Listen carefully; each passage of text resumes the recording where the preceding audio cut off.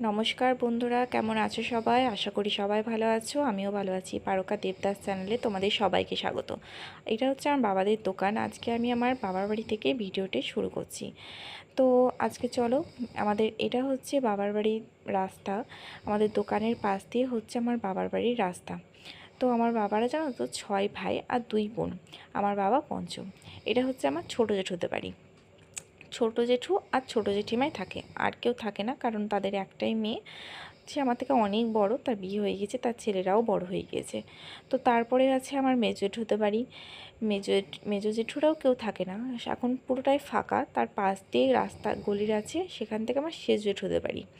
তো চলো, main gate খুললেই আমাদের বাড়ি।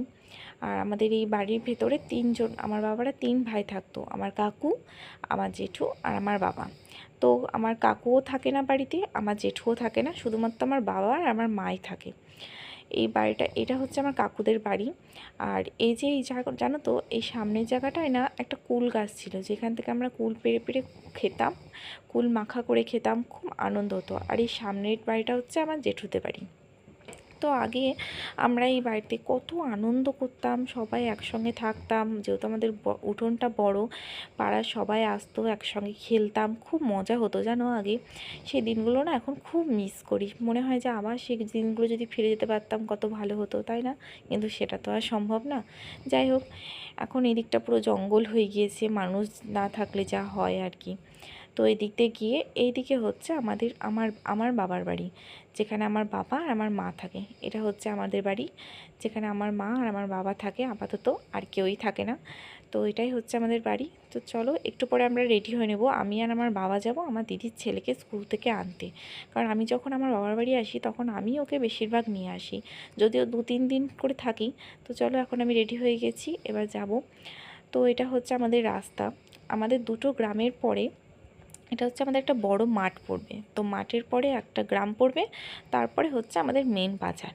তো এই গ্রামের মধ্যে এটা হচ্ছে একটা শাড়ির কারখানা, জানো, যদিও শাড়ির কারখানায় আমি কোনোদিনও ঢুকিনি। তো এটা হচ্ছে শাড়ির কারখানা। আর এই মাঠের মধ্যে এই কাকিমারাই রিসেন্ট দুটো বাড়ি করেছে, আর কেউ থাকে না এই মাঠের মধ্যে, পুরো ফাঁকা মাঠ, এই দুটোই বাড়ি। তো এই ফাঁকা মাঠের মধ্যে দিয়েই সবাই যাতায়াত করে। একটু রাত্রেবেলার দিকটা একটু ভয় ভয় লাগে, তবে কিছু মনে হয় না, কারণ যেহেতু আমরা ছোটো থেকে যাতায়াত করি এই রাস্তা দিয়ে। তো এই মাঠটা পেরোলেই হচ্ছে আমাদের গ্রাম, একটা গ্রাম পড়বে, তারপরেই হচ্ছে আমাদের বাজার। তো চলো, তোমরা দেখতে থাকো।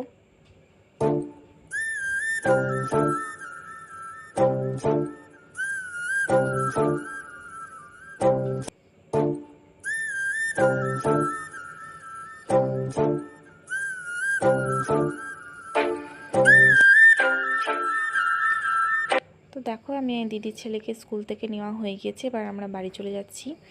তো এটা হচ্ছে আমাদের বলরামপুর পেরিয়ে আমাদের আখের মিলের রাস্তা। এটা মেন রোড, এই দিক দিয়ে সব যাতায়াত করা হয়। তো আমরা এবার বাড়ির দিকে যাচ্ছি। তো দেখো, আমরা গ্রামে ঢুকে গেছি, এটা হচ্ছে আমাদের গ্রাম। আর সামনে দেখো আমাদের মন্দির পড়বে, যেটা হচ্ছে আমাদের সব রকমের পুজো হয়, সেখানেই সব পুজো হয়। 2 দিন আগে যেখানে হরিনাম হচ্ছিল, 2 দিন আগে এখানে কত জমজমাট ছিল বলো। আজকে প্যান্ডেল খুলে শুধুমাত্র বাঁশ টাঙানো আছে। এটা হচ্ছে আমাদের শিব মন্দির। তো একটু পরে আমরা বাড়ি চলে যাব। আমাদের মন্দির থেকে বাড়ি বেশি দূরত্বে না, কাছেই। তো আমরা এখন বাড়ি চলে এসেছি। এটা হচ্ছে আমার দিদির ছেলে। দেখো, ওকে বললাম বাবু একটু ভিডিও করি, তুই হাস। আর ও দেখো কি সুন্দর একটা স্মাইল দিয়ে দিয়েছে। তো চলো, আজ এই পর্যন্তই। ভালো থেকো, সুস্থ থেকো, আমার পাশে থেকো, আর আমার চ্যানেলটিকে সাবস্ক্রাইব এবং লাইক করে